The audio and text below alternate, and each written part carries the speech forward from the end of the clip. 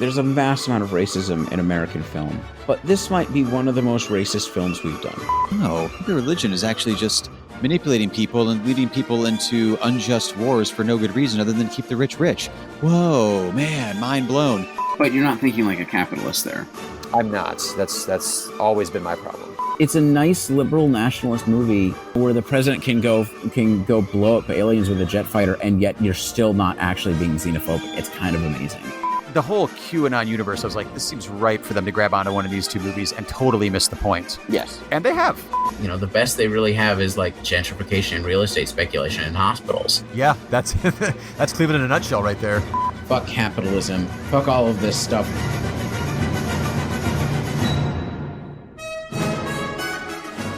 It is a movie that should be watched by organizers and radicals and leftists and anybody who wants to make a better world. This movie, on the other hand, means none of those things. It's a Franken blockbuster, like you said, and it's put together in sequences that play out like movie trailers. Really regressive gender politics, like incredible, but to the point of near parody.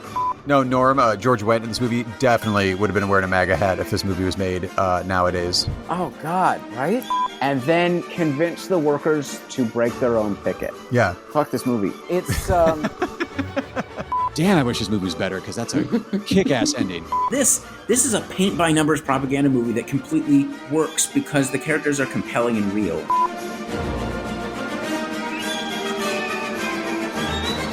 Welcome one, welcome all to the politics of cinema. On this show, we believe films are never neutral. There's a political as well as an artistic message captured in every film, in every country, in every time period, and we're on the lookout for all of it. My name is Aaron Spears. And my name is Isaac Miller. And on this episode, we're looking at writer, director, actor Bill Gunn's Ganja Hess from 1973. This is part of our kind of informal but sort of formal auteur / black auteur series, which started with Killer of Sheep, then Losing Ground, and the Watermelon Woman. It's that kind of day. And and I know Aaron's going to leave that in there. I will, of course I will. Actually, if anything, this might be the best known of the movies that we've done. Oh, that's a good question. I hadn't thought about that. Well, and part of it is like, I'm not sure about the Watermelon Woman. Like Killer of Sheep and Losing Ground, it's a movie that basically got butchered or left on the cutting room floor, or basically not released in any reasonable form when it first came abandoned. out. Yeah, just abandoned, and then rediscovered in the 90s. Yeah, Film Foundation did restoration, I want to say late 90s, maybe it's even early 2000s. It might have been early. Yeah. And then, basically is rediscovered, treated as the auteur horror movie that it is. And, and now you can find it on multiple streaming services. It's really easy to access.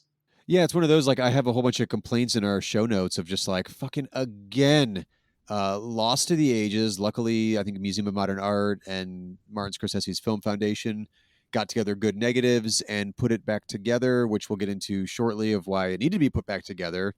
And yeah, that's a tragic history to this film that stretches from 1973 all the way up till, the late 90s, early 2000s. But at the point in which we're hitting record and we're talking about it right now, it's free. I mean, I have a library card, so it's on Canopy. It's free. It's a click away. It's usually on Amazon too, honestly, a lot of the time. And, we'll be on Shudder and, other services. But, this is the story of sort of so much of sort of black auteur work that comes out of the 70s, right? And in the early 80s. It just disappears. Well, and as we, see previous rants on the Killer of Sheep and Losing Ground episode, but this is another one of those similar to Killer of Sheep and Losing Ground, where it's not fitting into the commercially successful black film mold, right, that Hollywood had at those points in time. And so, doesn't get the attention it deserves. And I think, as we'll mention when we get to some of the critics' reaction to this film, like, the critics weren't helping either. And that's usually the role, the role of the critic in 1973. There was power to that. Right. And that could have helped. And also, I hadn't thought about this when we did Killer of Sheep and Losing Ground, at least I don't remember us mentioning this, but picture, like, let's say Ganja Hess, 73, Killer Sheep's in the 70s as well. The LA Film Rebellion, which we did mention in the Losing Ground and in the Killer of Sheep episode too.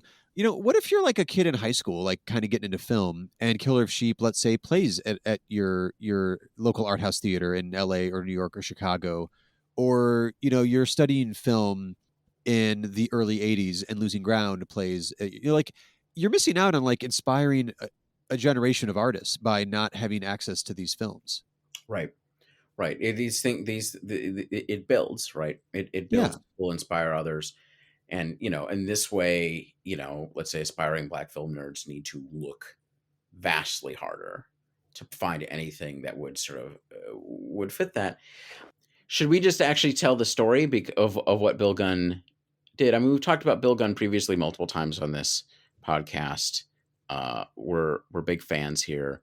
Yeah. We talked about how hot he is in Losing Ground, how both hot and toxic he is in Losing Ground. It's an incredible performance. And he also finds a way as director to be pretty naked in this one too. I think he just likes to show. I think he just likes to show that he works out, because he's way more muscular than sort of the norm of like a fit actor in the 70s is. Honestly, like, it's the 70s is not like a period where you see a lot of like 70s or 60s or 50s. I mean, this sort of near six pack that he's at in this and later on is not actually the physical norm. It stands out. Oh, for sure, for sure. And also, I think as we were mentioning it on Losing Ground, you're like, oh my God, Bill Gunn's hot. But you also, I think, pointed out it's because it's the character he's playing. Yes, he's like the seducer in that one. So it calls your attention to it, as you and I, two heterosexual guys, we may not have actually noticed the sexual charisma of it until the script calls it out. And then watching, if he's hot Bill Gunn in Losing Ground, as we mentioned, he is smoking hot Bill Gunn in Ganja and Hess, because it's about 10 years prior or so. And like you said, this is a pre-Rocky 70s male, like, physique. The hero, the quote unquote heroes or protagonists in 70s films were not as ripped as Bill Gunn is in Ganja and Hess. I think we've ogled him enough now, actually. Yeah, exactly.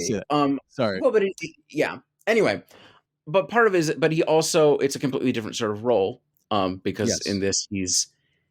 in this he's playing somebody who's mentally ill and in despair, and Yeah. is not particularly totally tied to reality, or maybe very tied to reality, depending on how you look at it. But before we do that, let's talk about what happened with this movie specifically, because it has a different history than Losing Ground and Killer of Sheep, because it wasn't supposed to be an art movie. It was supposed to be another Blackula.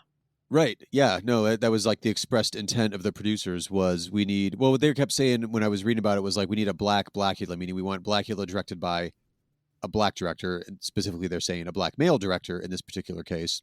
And Bill Gunn, being the true Renaissance man that he is, took the money and made exactly what he wanted to make with it, to the chagrin of the producers.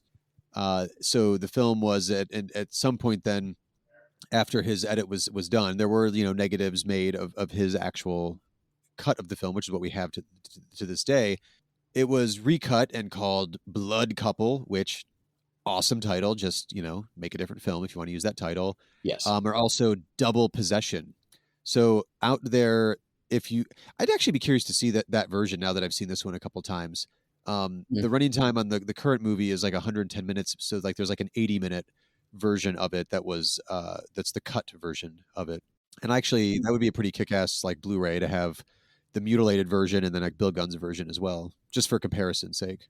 It's interesting to me. I mean, so part of it is like, and then none of this is against Blackula, which is actually I love it.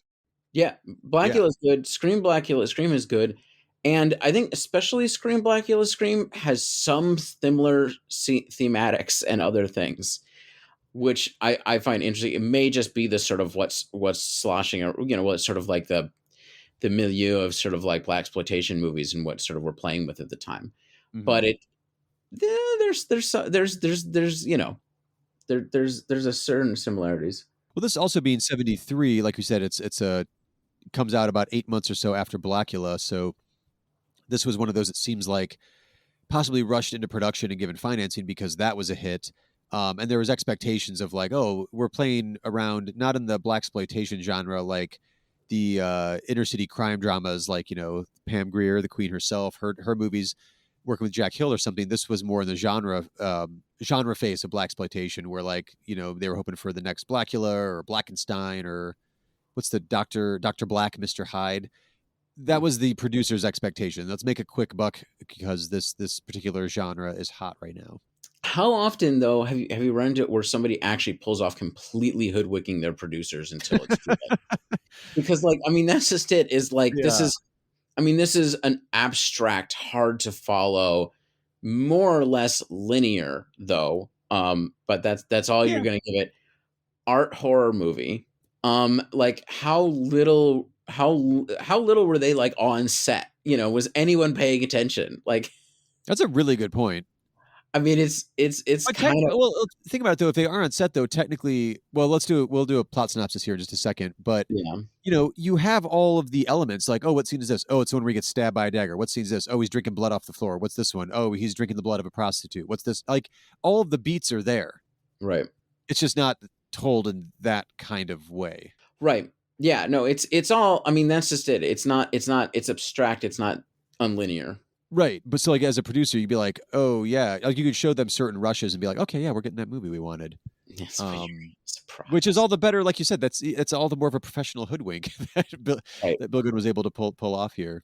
And then when it's released, it's really honored at Cannes. Yeah. It's the only U.S. film I think playing at Critics Week that year at Cannes. So not too shabby at all. Not too shabby, and then it's dismembered and disappeared. So like I actually find that part interesting, that like if you're a producer, I guess, if you're a producer of like exploitation movies, that opportunity just does not occur to you. It was like, well, at least on the European market, they might actually be interested in what this is. And it's like, nope, we do not care.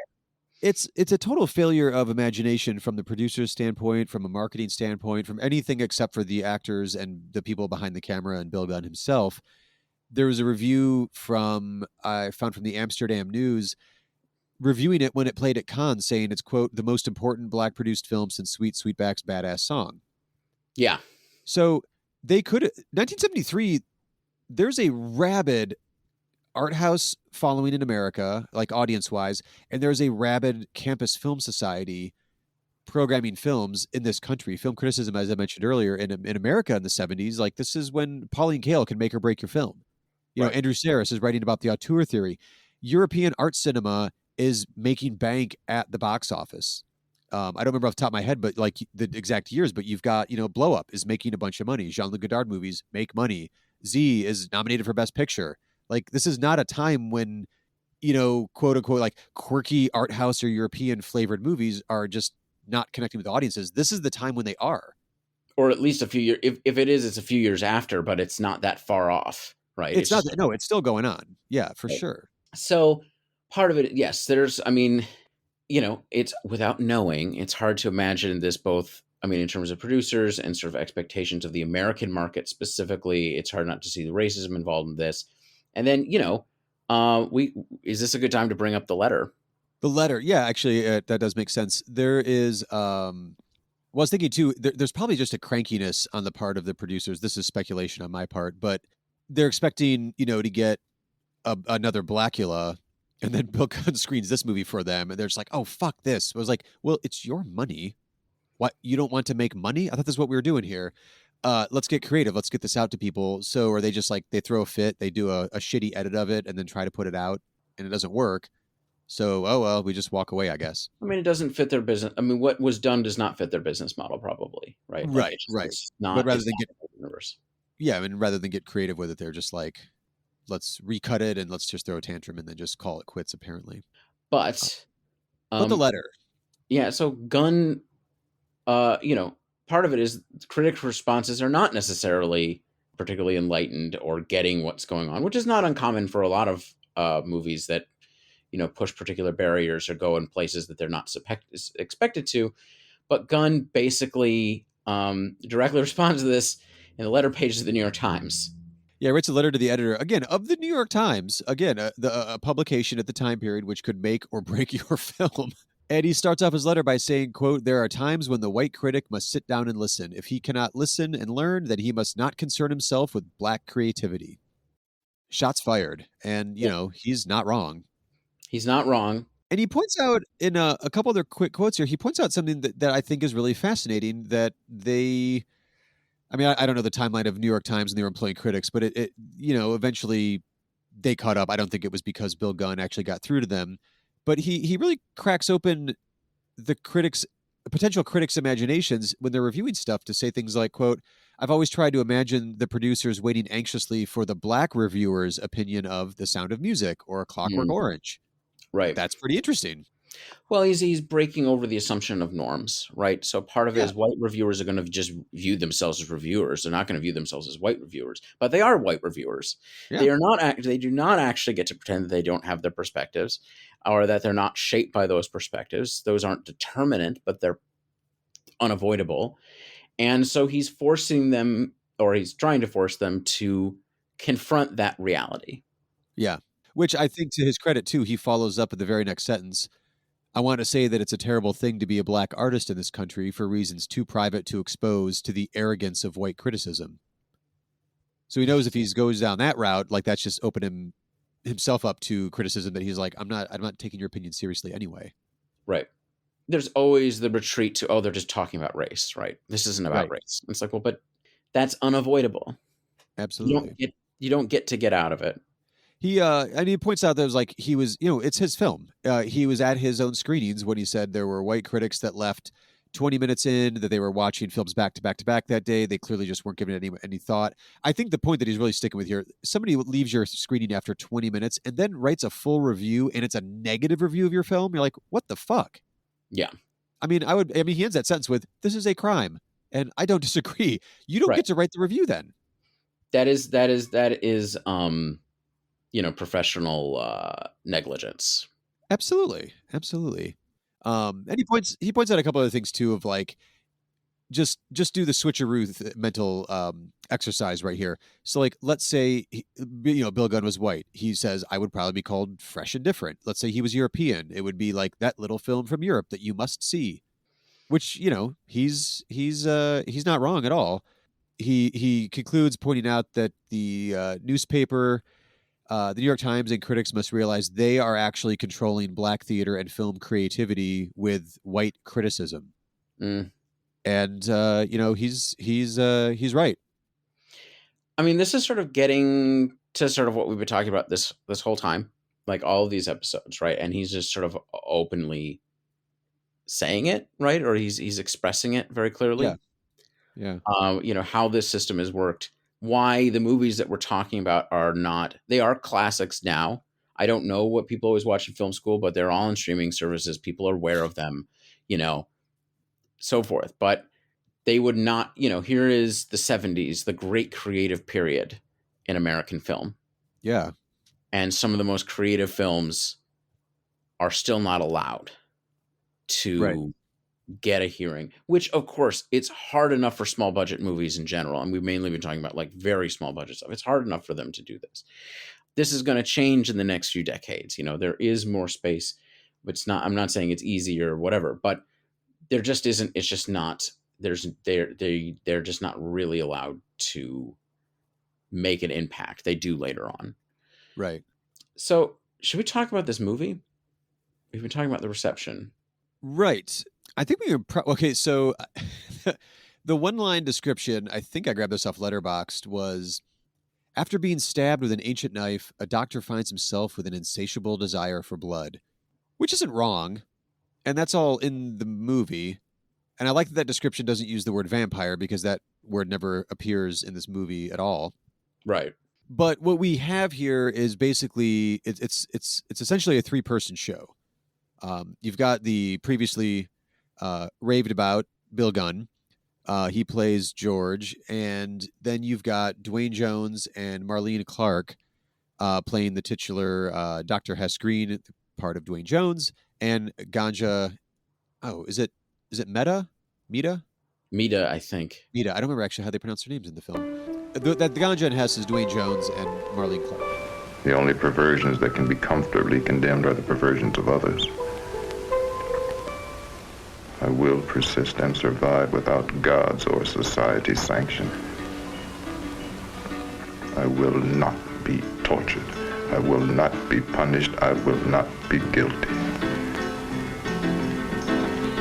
And so, yes, he is the wealthiest anthropologist I've ever seen, living in a secluded mansion in what we are informed is a all-white neighborhood, and, you know, with a black butler and a black chauffeur.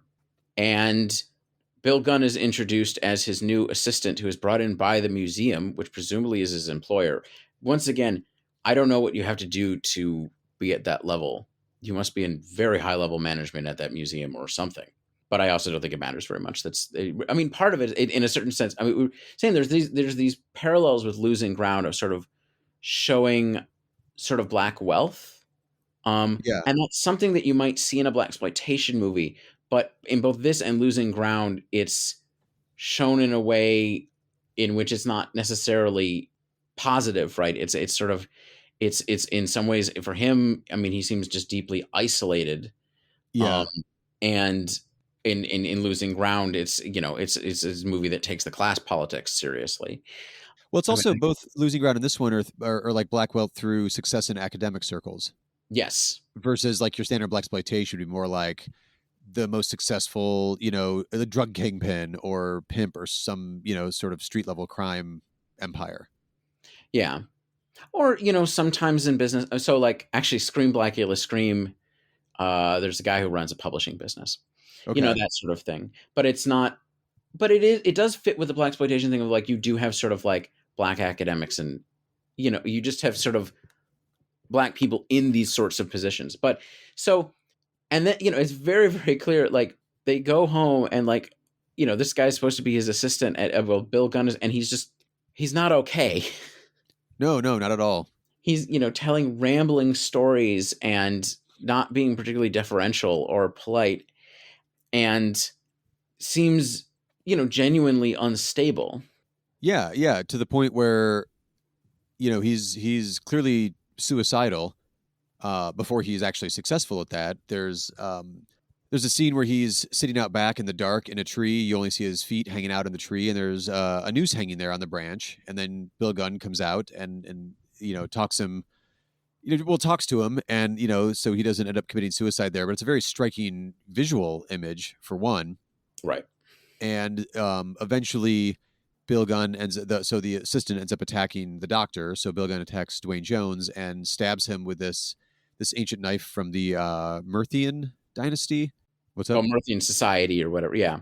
Yeah, from the ancient African tribe, the Merthians, and this is what ends up cursing Dr. Hess to, you know, have the insatiable desire for blood.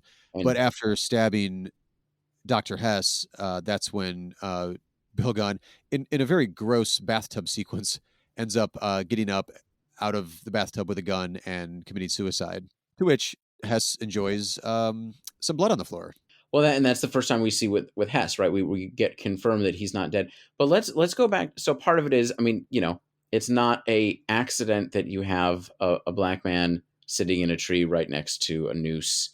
And part of it is, you know, George, Bill Gunn's character, talks about his previous attempts at suicide, in which he had viewed himself both as sort of like the victim and the killer. And the killer, Right. I think it's the killer not wanting to kill himself, you know, sort of the underlying sort of potential like racial, themes about sort of like black life in America, or being a black man in America, sort of about the sort of, you know, the destructiveness of it. So you don't have white hands carrying these things out, but it's implied in a sense. And of course, you know, in that scene, and this sort of gives you a sense of where Hess's character is, the sort of level of detachment that he has throughout, and the sort of lack of empathy, and sort of, I mean, he feels like someone who's both sort of depressed and isolated.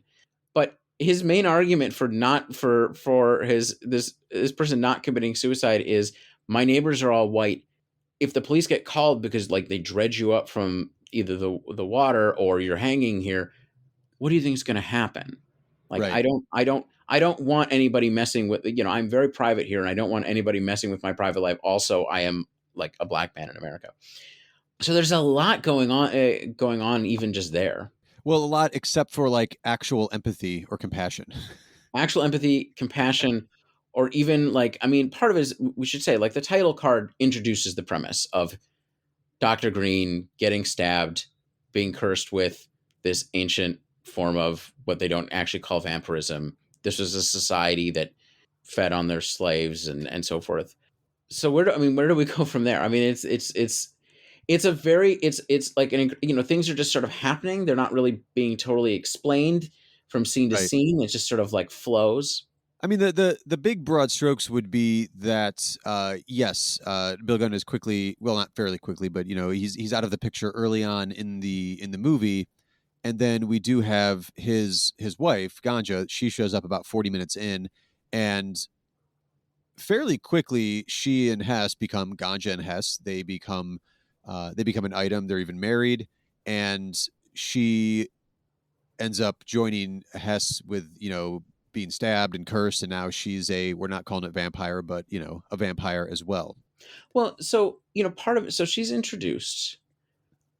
She's looking for her husband. She doesn't seem to care about. She knows that he's unstable. She assumes that something happened with him, like he'd run off. Well, she's presumably aware that he's attempted suicide before or Right. talked about it or something. And part of it is, I mean, all of these are, once again, and this is where the losing ground element comes in. These are sort of effortlessly sort of upper class black people. Her background isn't explained socioeconomically, but even the way that Bill Gunn's character talks about his experience in terms of art or in terms of what have you, it's like he's used to being able to. He's used to being in either sort of elite artistic circles or academic circles. So she gets there. She's incredibly demanding. She's immediately sort of flirty, and unlike Dr. Green, unlike Dwayne Jones's character, she does speak enough to get a sense of her interior life. Right. You don't have to apply it from the acting. And she gets this interesting speech in which she talks about the way her mother treated her and how she loved to play in snowball fights as a kid. And she, this very sort of innocent story in which her mother assumed, because she was playing with boys, that in fact she was not snowball fighting, that she was messing around and she was being inappropriate. And that was sort of a breaking moment for her, when she could not be viewed as anything else actually than like a sexual object by her mother. And that, she decided to, if that's the way she was going to be treated, that was, not so much just in terms of sexuality, but seeming in sort of her view of the disposability of other people, and so the way that she treats, for instance, Hess's butler, is as sort of a plaything. Right. There's a specific like outdoor scene. I think it's around breakfast or something, where she's just, I want to say like fucking with him, but it's more just like she's bored and he's like a toy she can be entertained by for a minute. Yeah, I mean, she's using him as a toy. She's sort of annoyed by him she's sort of annoyed by him and overburdening him intentionally as a chance to sort of display power over another person. And, this is when she discovers that her husband has been killed and is frozen in the basement. She's very upset, but this does not cause her. It's just a cause for conversation with Hess. It is not a cause to break with things. She's upset by it, but she's more or less fine with it. Then they start an affair. It doesn't seem like he explains what his deal is. He's sort of hiding it from her. We get, I think we can talk about his hunting scenes separately, but like when he transforms her, it's after they're married, and he doesn't give her a choice because he doesn't tell her what's happening. He just assumes. Yeah, I haven't really thought about that. You're right. Yeah. No, he absolutely assumes. And then, I mean, we could just jump to the end real quick, because this is as a thing. In the end, so part of it is he brings a victim to the house for her to both sleep with and kill as a first victim. Mm-hmm. And this is very upsetting for her. Then it seems like maybe she gets used to it. I mean, we don't really see her with anybody else, but she seems to get used to it. He decides after this, he discovers a way to end to die. We'll get into that. I think that scene needs to be dealt with separately. Goes through the process to kill himself, never talks to her.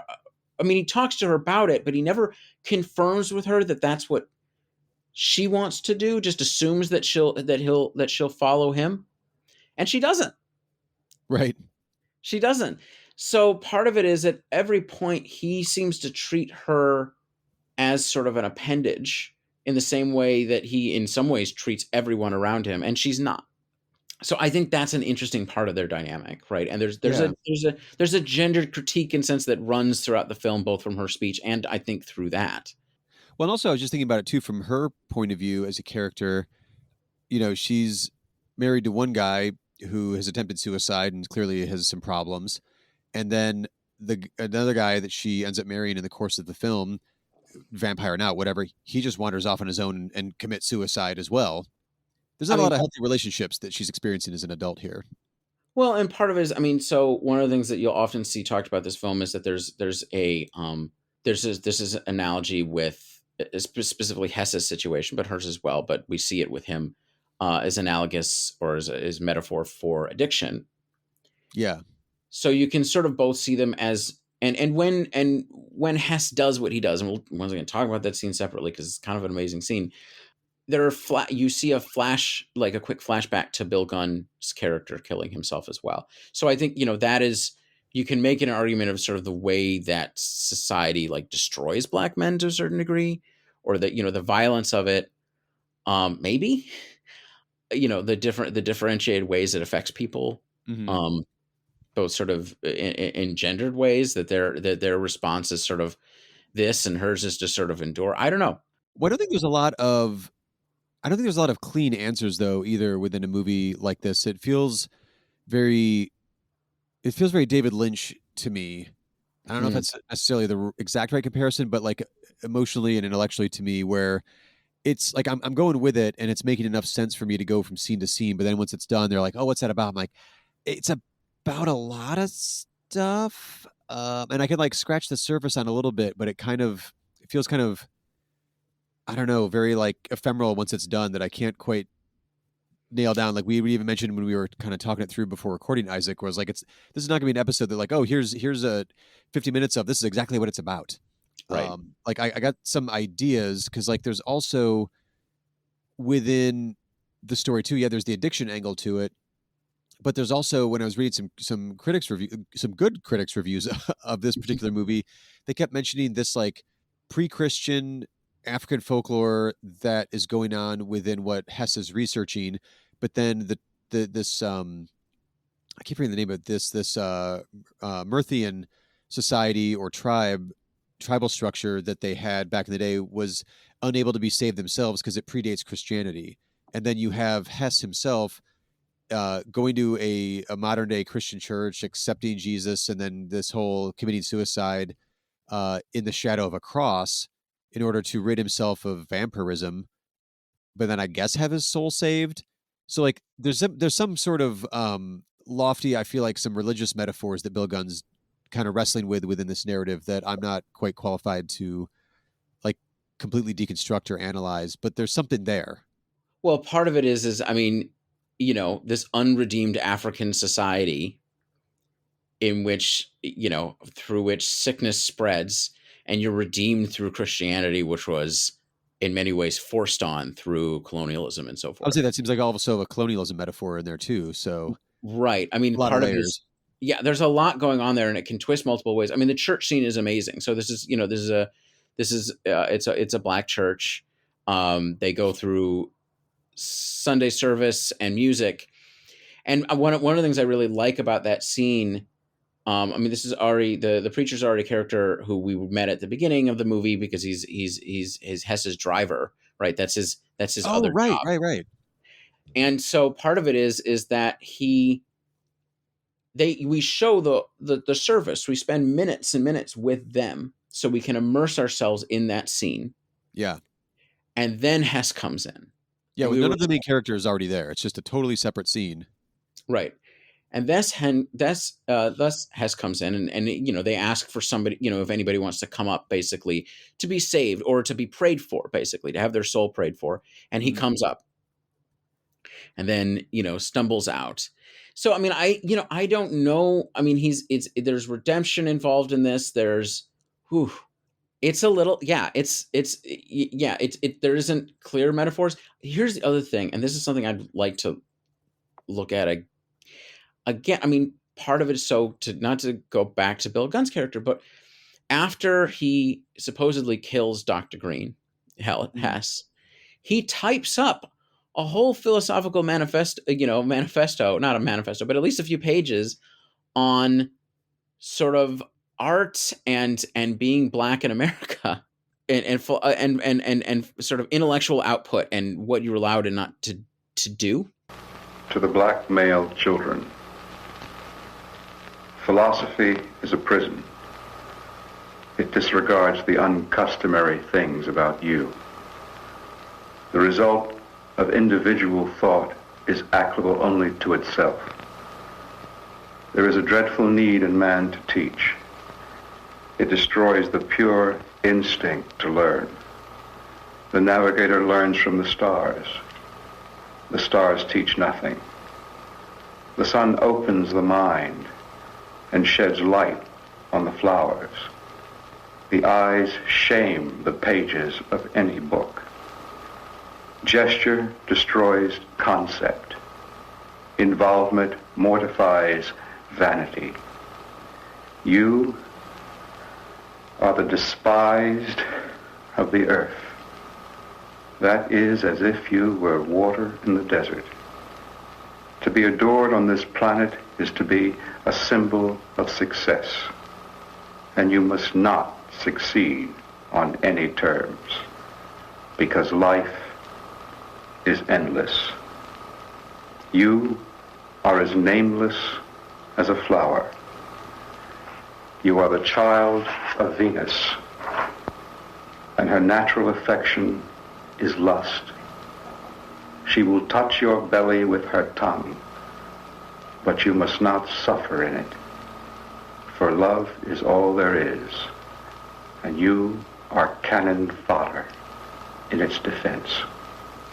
So that's the most explicit the movie gets, and it's pretty abstract philosophical language, frankly. But it's like literally Bill Gunn writing his manifesto before he shoots. I mean, it's just, yeah. Yeah, I wrote in my notes. So I was like I wrote it in my notes as he wrote an open letter about art to the black youth of America. Right.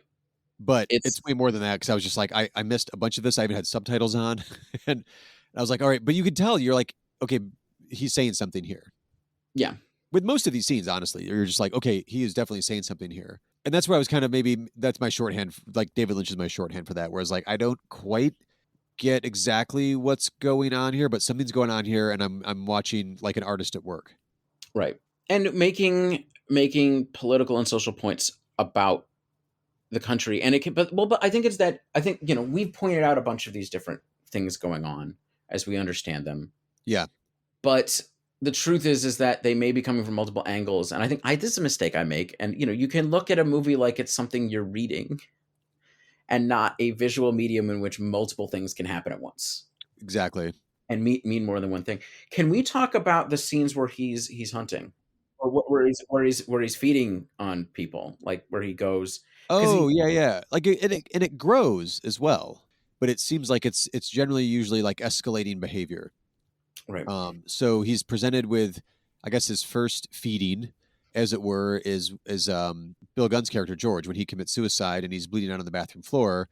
You get a Dr. Hess leaning over him, slurping up blood off the floor. Right. And then he goes to a doctor, creates a distraction at a doctor's office so he can swing in and like grab a bunch of bags of blood, and then he's out the door. So he's got his blood that way. But yeah, eventually it escalates to I think one of the hardest scenes to watch in the movie, not even from a gore perspective, but just from like the emotionally how this is put together. Hess ends up with a prostitute at one point, and they're up in her room.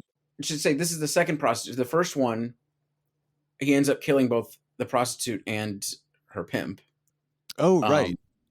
so part of it is you see him. Part of it is you see him, and so this is the attic metaphor, right? So here's this very upper class Yeah. reclusive man, and you see him going through sort of working class black neighborhoods, searching for people he can prey on. And so he starts with that, but then there's you know, this other prostitute scene. Yeah, that you're talking. Go ahead. I'm sorry. No, I forgot about the escalation there with how that works, because it's such a affecting scene. He's with a prostitute up in her room, and you hear like the a baby crying, like clearly like in the room there, and you don't. Correct me if I'm wrong. I don't think you really see like the feeding. On this one, we join that scene, and she's already laying on the bed, bloodied. He's having already, drank the blood. But then above her is this, Mary and child, very religious, religious painting, and she's kind of laid out. She has her child there. There's a pretty obvious visual metaphor going on there, and Right. I feel like it's like a Laurel and Hardy TV show or something, like something comedic is playing on the TV. Oh, it's just old music. It's like from like the 30s or something. Oh, I thought it was like an old like a black and white TV or something in there. I don't. It was such an off balance of like tonal things going on. Where I was like, this is disturbing. Well, part of what they do, this is the chance to talk about cinematography. So this is this incredible image of her lying there with the Yeah. baby crying. We'd actually seen her in the first scene on the stoop. We see her with the baby, and him sort of there. So it's just, and then the image of the Virgin Mary, the way the blood is angled. I mean, it's just really startling. And then Yeah. the image tilts, right? What is it, a Dutch angle or whatever? Maybe, I don't know. But the image tilts, and this is, so here's a funny thing about this to me. This is almost the most classical vampire scene in the movie, because part of the thing about classical vampirism is it is a profanity against God. You are Satan's spawn, which is Right. not the mythos here. And this is most that, right? The absolute sort of profanity of what he's done in the image, with holy relics hovering above a mother. He doesn't do anything with the child, but the child is abandoned there. Like it's a really just incredibly composed scene. Yeah. It's even like shot at like a slightly higher angle too. That it's no, it's just it's very very striking, and it's also in a movie full of very very striking imagery. Also, I mean, there's incredible imagery throughout, and I mean, and there's really incredible. I feel like there's incredible use of sound. Whenever the bloodlust comes up, whenever one of them needs to feed, you can hear the sort of the chanting from the Murthian society, right? yes, Sort of, and we even see them on occasion too. yeah. We see sort of flashbacks to them as this is building, It's a very like pastoral field kind of, tall grass.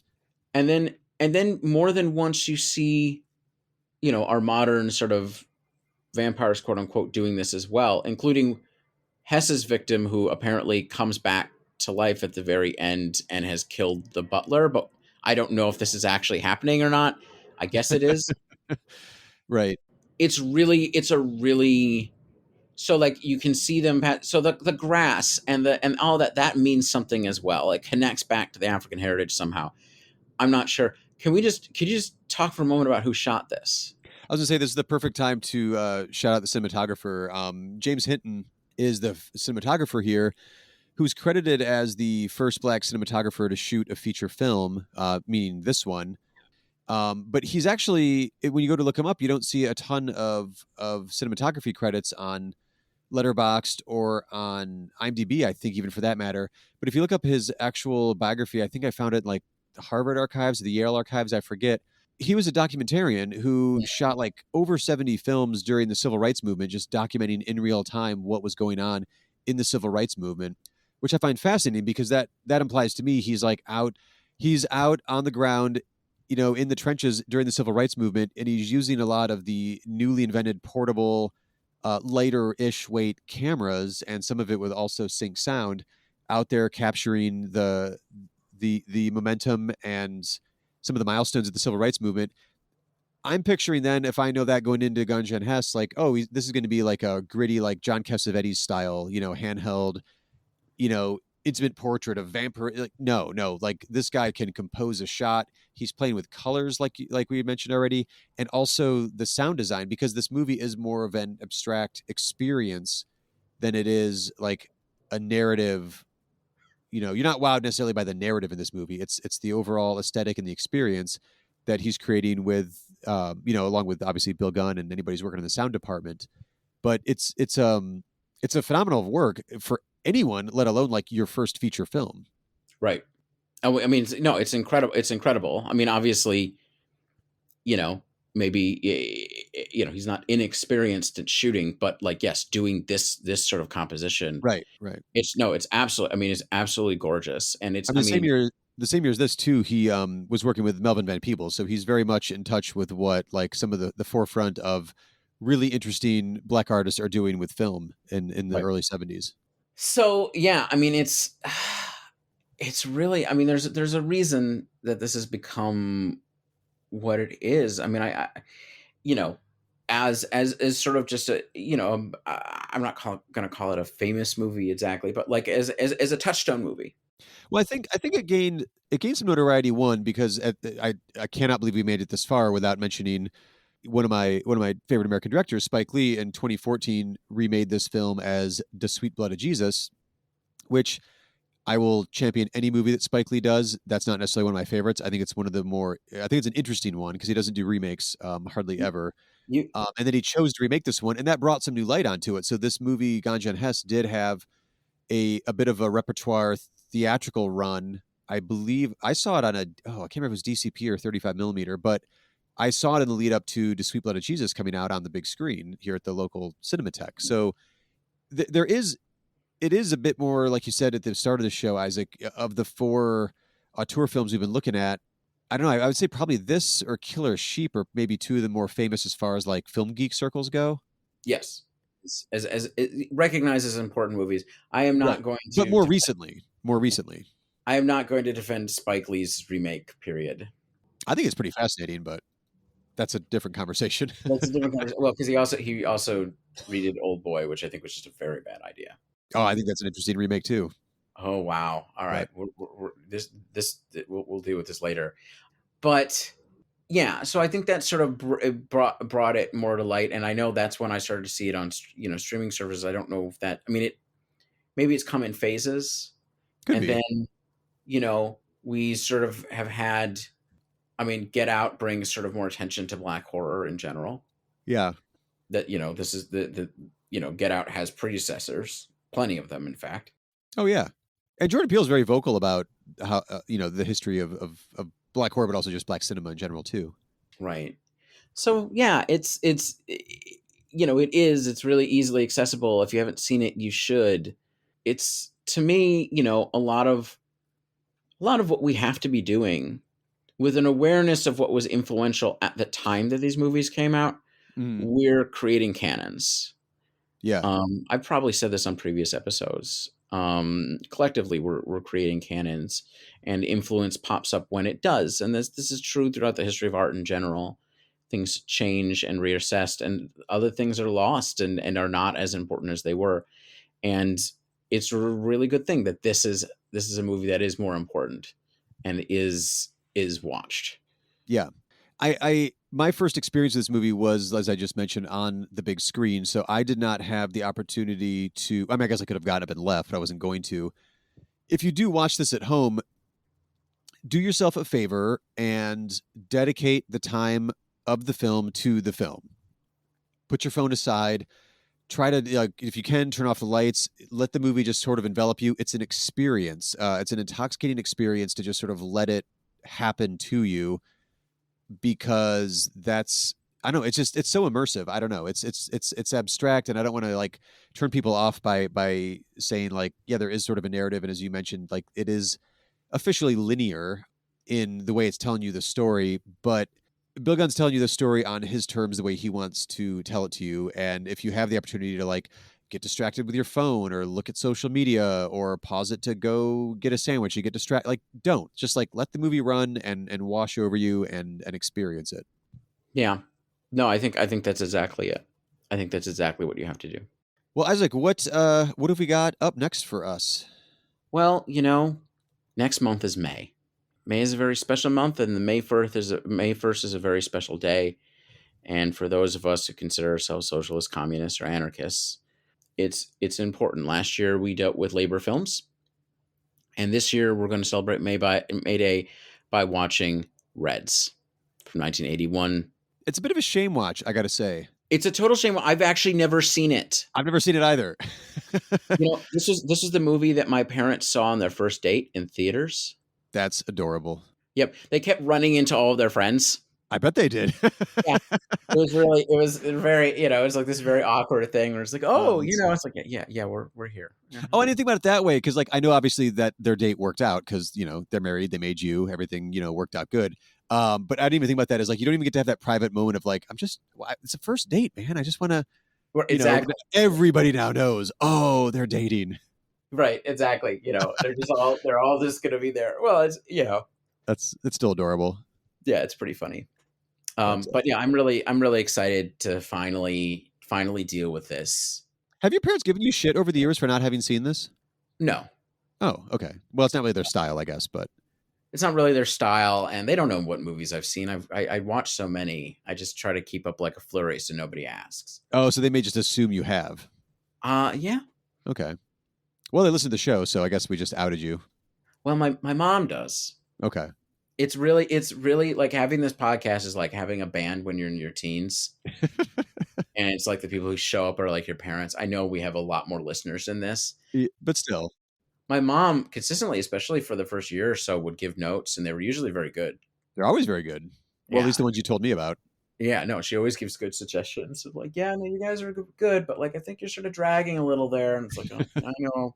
So yeah, we'll be doing Reds from 1981, starring and directed by Warren Beatty. I'm a little, like I said, I haven't seen it, but it was one of those conundrum movies to me where I was like, I kind of put it off because I'm not a huge fan of the Academy Awards, and I know it received like this record. It was like 12 nominations or something, and Warren Beatty in the 80s, I was like, I'm kind of done with you after you got through the 70s, but reading the description for it, I'm kind of like, why the fuck haven't I watched this before? This movie sounds pretty amazing. The cast is stacked, and it's 3 hours and 15 minutes, and its politics sound fascinating. So we'll see if it holds up. Is it a pro-revolution epic from the early 80s? From the Reagan era? What? I don't know. It's a conundrum. One that we will have to confront. Yeah, so we will be confronting that next time. But before we sign off, we always like to remind you good folks listening to please rate and review the show in whatever podcast app you are using. And if you are enjoying the show or found a particular episode awesome, tell a friend or two about it. We're also up and running on the usual social media, blah, blah, blahs. Just look at the show notes on any of our episodes, and there are links there to take you to any of those if you are so inclined. And until next time, I am Aaron. And I'm Isaac. And stay safe out there, everyone, because really for the first time in many of our lifetimes, we're actually facing basically an inflationary moment, right? Which is not due to quantity theories of money. It's not because of money printing. It's because of logistical issues. It's because of war. It's because of major disruptions caused by COVID in the global economy, the likes of which really aren't compared. Well, I mean, can be compared, but are very different from anything else that we've experienced. And unfortunately, because of the orthodoxy within economic policy making, the likely response is going to be raising interest rates, which is more likely to cause stagflation, that is low growth and still high inflation, because the only way to actually the raising of interest rates actually deal with inflation is by inducing a depression, which is what the Volcker shock was in the early 80s and sort of started the Reagan revolution, or the counter, not started, but cemented the hardcore class war of neoliberalism. And part of it is that actually really doesn't seem terribly likely under current conditions.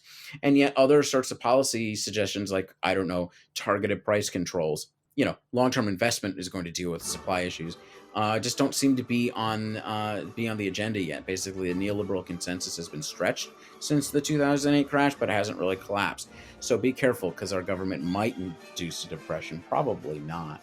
It's been a weird moment for the vast majority of the life of this podcast, actually. And it will continue to be. So there's still a lot to be safe. Oh, also, I get it. COVID levels are low, and we're all feeling pretty secure. But when I'm in a metal tube, and I'm mainly talking about buses here, but also planes, I'm going to wear a mask. Fuck them.